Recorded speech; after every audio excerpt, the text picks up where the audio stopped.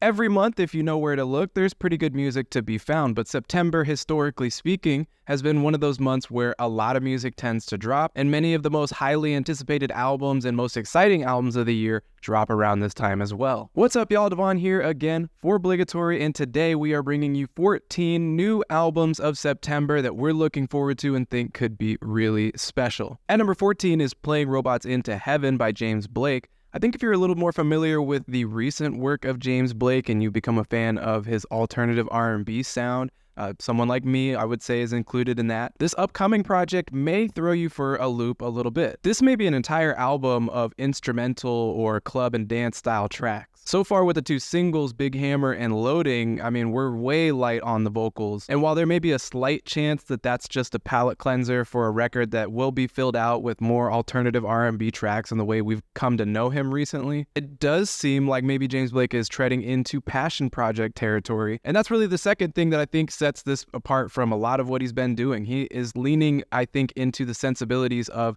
the UK music listener more so than the Americanized music listener. You might hear me say this a couple times in this video, but we here at Obligatory are pro passion project, the creative detour, and albums that are somewhat risky or sacrifice something for a sound that the artist is truly passionate about. Playing Robots into Heaven is set to release on September 8th through Republic Records and Polydor. At number 13 is the self-titled album by Chai, which is the Japanese pop, punk, dance, and sometimes R&B four-piece band. From that description, it's obvious that they're an ambitious and versatile band that works along many styles, if not blending them all outright together. The aforementioned predecessor to this upcoming album was no exception to their established dynamism, but it often found itself relishing in the velvety romance of R&B chord progressions with ear-grabbing synth melodies. If the singles released so far are any indication, it does feel like Chai is going back into a little more live instrumentation that was present in their first few records. A couple of these singles so far sound a little groovy, a little far out, and I think with whatever sounds they end up throwing in here, the ultimate goal is to throw down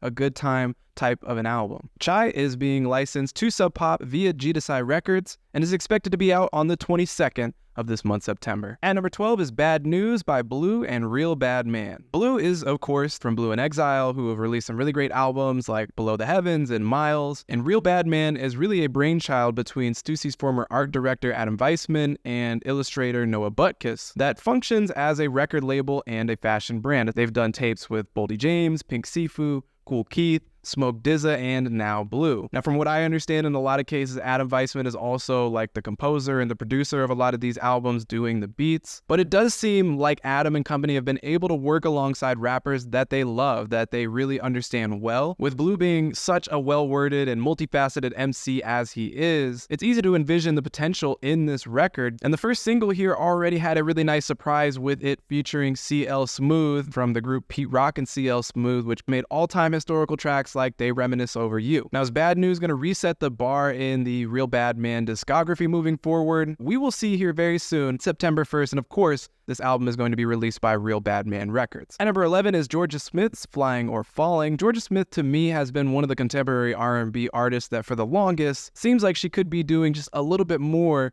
than what she has been in the finished products of her debut album or the EPs she's released to this point. From what I can tell, she has real interest and exposure to dance genres, Afro swing, jazz, indie music. She has a very nice voice. She doesn't really write bad songs or give bad performances. And so again, you sometimes just kind of wish she would push the envelope just a little bit more, especially because we tend to see it in bits and pieces on these records, but not in the totality. And I'm not really asking for a lot. The latest single, Go Go Go, has this kiss of garage rock that really makes it quite a catchy single. Flying or Falling is set to release September 29th via Fam Records. At number 10 is Cherry Glazerr's I Don't Want You Anymore. This is the band led by Clementine Creevy, who acts as the guitarist, lead vocalist, and songwriter for the band. They've announced their 4th studio album since they started in 2014 with Haxel Princess. Their most recent release was 2019's Stuffed and Ready, and if you like blends of noisy, grungy pop along with indie and alternative rock, then Cherry Glazerr's got it in spades. The two singles so far, Soft Like a Flower and Ready for You, have been nice teases as to what sounds like a pretty melodic record so far. far. I Don't Want You Anymore is co-produced by Yves Rothman, who's written and produced for the likes of Yves Tumor and Amaarae, who both recently dropped really interesting and dynamic records, and it is set to be released via Secretly Canadian at the end of the month on September 29. At number 9 is Sprain's The Lamb as Effigy. This is one for you noise rock fans out there. The singles so far for this album have embodied a true chaos that is a little hard to find. They all have pretty good structure, but are willing to bleed different ideas and sounds into one another at any given time. And if this album follows up on its singles for its intended effect, it seems like this could be a really catatonic and unnerving sort of album that is constantly shifting with different sounds and progressions of these songs. I think you could almost compare it to an album like Dragon New Warm Mountain I Believe in You, last year's album from Big Thief. Not that their sound will be so much the same. This will certainly be a noisier, heavier rock album as opposed to their folk rock. Certainly this could be a record that gives you a lot to think about, to sit and listen to and chew on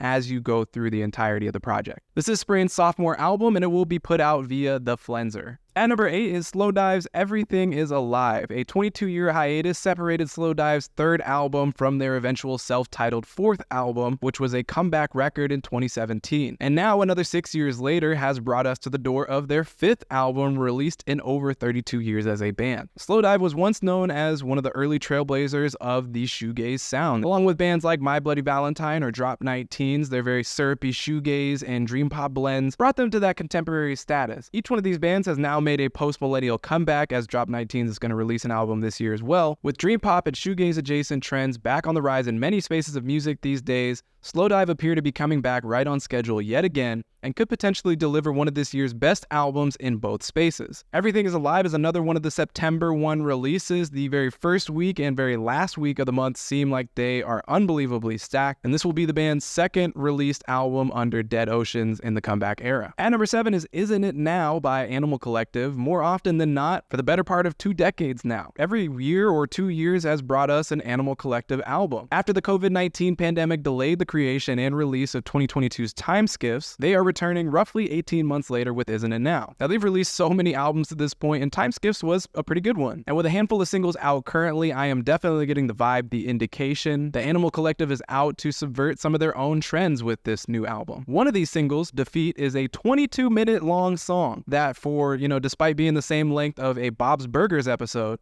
is surprisingly serene and contemplative. Now, this is a far cry from the typically manic and very colorful sound we've come to associate with Animal Collective over the years. But as I was saying earlier in this video, I'm always open to the next idea, and it's easy to root for creative detours or at least give points to these passion projects when they come up. Isn't It Now is coming out at the end of the month, September 29th, via Domino Records. At number 6 is Guts by Olivia Rodrigo, who struck gold in 2021 with the power pop and pop rock sounds of her debut album Sour, which capped off a huge surge in virality ahead of the record's release. Her transition from Disney actress to proprietor of a #1 single on her way to releasing a #1 album all happened very quickly. Now, I really think Guts could easily replicate and further develop the stylings of her debut album without really having to change much at its core. Now, as she nears 21 years of age, she continues to mature as a songwriter and as an artist overall. So we're kind of looking for this one to rock steady and keep pace with the fun-loving garage rock, the heart-pounding piano ballads, as this could very well be the next iteration of Gen Z anthems she'll have to offer this time around. Guts is another Geffen Records release and is due out next week, September 8th. At number 5 is Teezo Touchdown, How Do You Sleep at Night? I've been really surprised to see the rise of Teezo Touchdown to this point and how much hype and excitement there is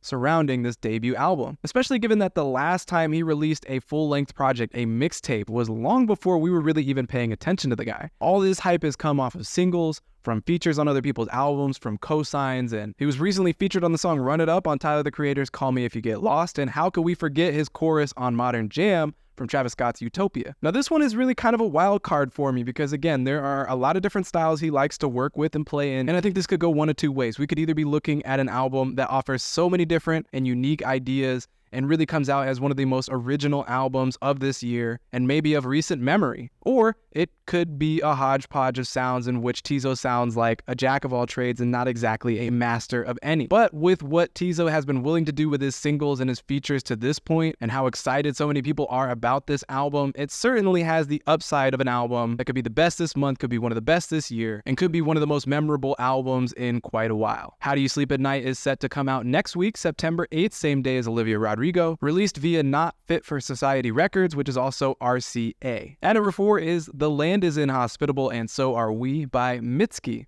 Mitski seemingly went into her, let's say, Fiona Apple bag with the title of her 7th album. She's released a lot of challenging but deeply enjoyable music to date, with high points, at least for me, such as 2018's Be the Cowboy or 2016's Puberty 2. Now, a 4-year hiatus brought us to 2022's Laurel Hell, which from the outside looking in was a decent project, but it did seem somewhat troubled at its core. I'd say this concern has been somewhat vindicated given the comments she's made in regards to her decision to create and release this record, as she alluded to previous uncertainties with her career, and she renegotiated her contract with her record label to release more records, but there was a crossroads there where she wasn't sure how badly she wanted to remain in the music industry releasing albums. So I think that posed Laurel Hell with some interesting ideas, but certainly was a mixed bag of sounds. Even in looking at that album's 5 singles, we're going from shoegazy art rock to really bright synth pop and new wave to indie pop and back to that classic Mitski art pop style. Here, with The Land is Inhospitable and the singles released so far, Mitski seems more or less back in a zone and a little bit more of a focused space. I really like the folky acoustic lead single, Bug Like an Angel, which has these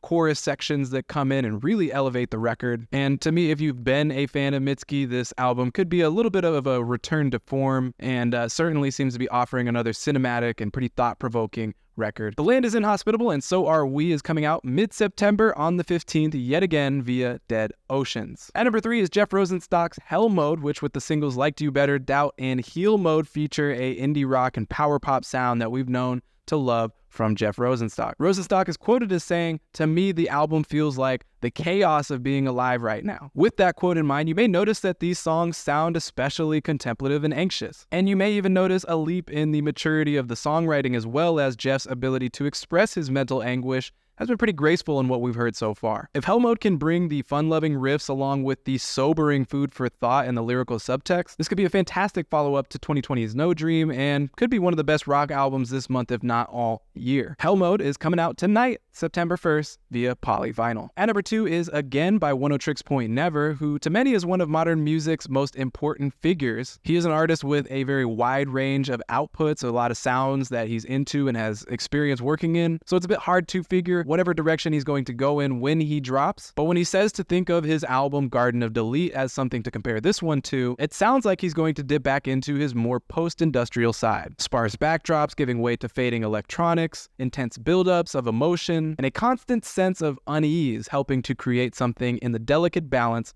between present and future. Garden of Delete is one of his more highly regarded works, bringing a harrowing vastness of empty space that allows for layers to be put upon it and have their meaning amplified in doing so. It's definitely a unique record in this discography, and it's exciting to hear him calling back to that style after some of his more approachable releases as of late. The lead single, A Barely Lit Path, definitely seems to follow up on this kind of a sound. Again, will be out on September 29th via Ridge Valley and Warp Records. And finally, at number 1 is Armand Hammer's We Buy Diabetic Test Strips. That is, of course, one hell of an album title. And here's a rap duo that has released numerous great projects, both as a group and individually. Billy Woods has dropped one Album of the Year candidate after another, with increasing regularity as of late. From 2012's History Will Absolve Me to 2023's Maps, and all these great Armand Hammer records released in between, it's been over a decade of continued brilliance from him. Elucid, on the other hand, has just released perhaps his best solo record yet, in 2022's I Told Bessie. Each Armand Hammer project to date has had its own unique twists and turns, which has made so many of them so good. But even with that in mind, they seem to be preparing what I would say is a palate cleanser of a project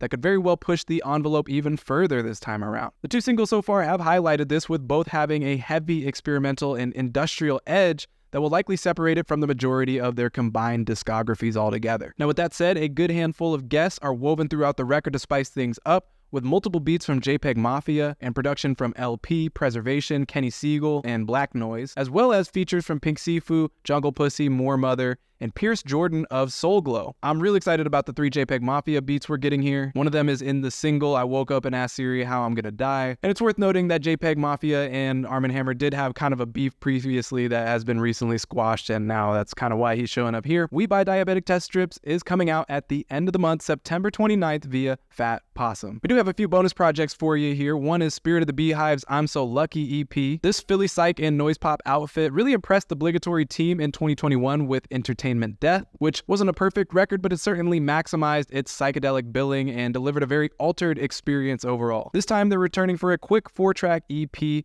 that was produced last summer. Now, it's worth noting, because it was written in the press release, that 2 members of the band had been dating for about a decade and broke up ahead of the recording of this EP. There was some uncertainty in the band's future, but they've come together on what they say is a, quote, less maximalist project with, quote, more space and more room to breathe. We also got the streaming release of Flatbush Zombies' Better Off Dead, set to release on September 15. The 10-year anniversary of Better Off Dead marks an early landmark of their careers, as the emergence of Pro Era and Joey Badass at the time were really helping to shed light on them, as well as the underachievers, which were all associated in a collective with one another, and they released music under this alliance. And again, I would honestly have a hard time saying they've topped this mixtape yet in terms of what it's done for their legacy as a group. And then finally, we got Soccer Mommy's Karaoke Night EP. After dropping her sophomore album, which was co-produced by Oneohtrix Point Never, by the way, Soccer Mommy's return will be a 5-track EP entirely made of cover songs. And hopefully each one of them will be done justice, but also get their own unique twist in there. Soccer Mommy's already released her take on Soak Up the Sun by Sheryl Crow,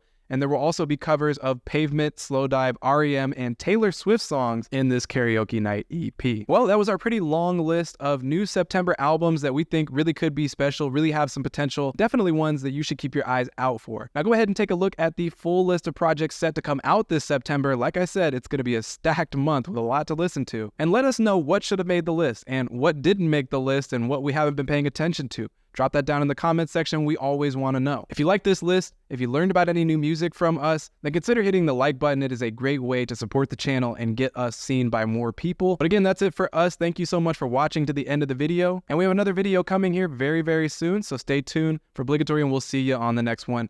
Thank y'all so much, and happy listening out there.